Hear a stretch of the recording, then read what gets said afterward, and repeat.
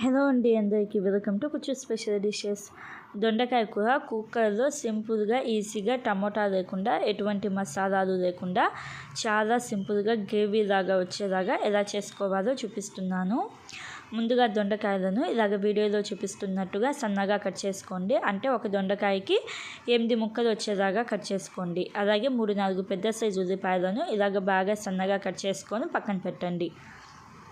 ఇప్పుడు stove on చేసుకొని cooker పెట్టుకొని ఒక 2 టేబుల్ స్పూన్ల దాకా ఆయిల్ వేసుకొని ఒక 1/2 టీ స్పూన్ దాకా ఆవాలు వేసుకోండి. అలాగే ఒక 1/2 టీ స్పూన్ దాకా జీలకర్రను కూడా వేసుకొని 3-4 పచ్చిమిర్చిని ఇలాగ సన్నగా కట్ చేసుకొని వేసుకోండి. పచ్చిమిర్చి వేసేసి ఒకసారి బాగా కలపండి. ఇలాగ ఒకసారి బాగా కలుపుకున్న తర్వాత కట్ చేసి పెట్టుకున్న ఉల్లిపాయలు వేసుకోండి. ఉల్లిపాయలు వేసుకొని ఒకసారి బాగా కలుపుకొని ఈ ఉల్లిపాయలు కొంచెం గోల్డెన్ కలర్ వచ్చేదాకా ఫ్రై చేసుకోండి. ఫ్రై చేసుకునేటప్పుడు ఒక 2-3 రెమ్మల కరివేపాకును కూడా వేసుకొని ఉల్లిపాయలను దోరగా వేయించుకోండి. ఇలాగా ఉల్లిపాయలు కొంచెం లైట్ గోల్డెన్ కలర్ వస్తున్నాయి అనుకున్నప్పుడు కట్ చేసి పెట్టుకున్న ఈ దొండకాయ ముక్కలు వేసుకోండి. దొండకాయ ముక్కలు వేసుకొని ఉప్పు ఒక 1/2 టీ స్పూన్ వేసుకోండి. అలాగే పసుపు కూడా ఒక 1/2 టీ స్పూన్ దాకా వేసుకొని ఈ దొండకాయలు కొంచెం గోల్డెన్ కలర్ వచ్చేదాకా ఉడికించుకోవాలి. మంట మీడియం ఫ్లేమ్లో పెట్టేసి ఇలాగా ఒక 4-5 నిమిషాల పాటు ఉడికించుకోండి. ఈ దొండకాయలు కొంచెం లైట్ గోల్డెన్ కలర్ వచ్చేదాకా ఫ్రై చేసుకున్న తర్వాత కారం మీ టేస్ట్కి తగినంత వేసుకోండి. నేను కొంచెమే వేసాను.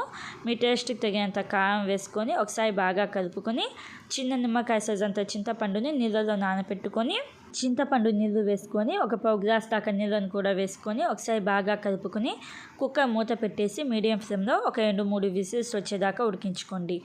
2-3 విజిల్స్ వచ్చిన తర్వాత మంట ఆఫ్ చేసేసి విజిల్లోని గాలి మొత్తం పోయిన తర్వాత మూత తీసేసి మళ్ళీ స్టవ్ ఆన్ చేసుకొని ఉప్పు కారం సరిపోయిందో లేదో చూసుకొని అడ్జస్ట్ చేసుకోండి.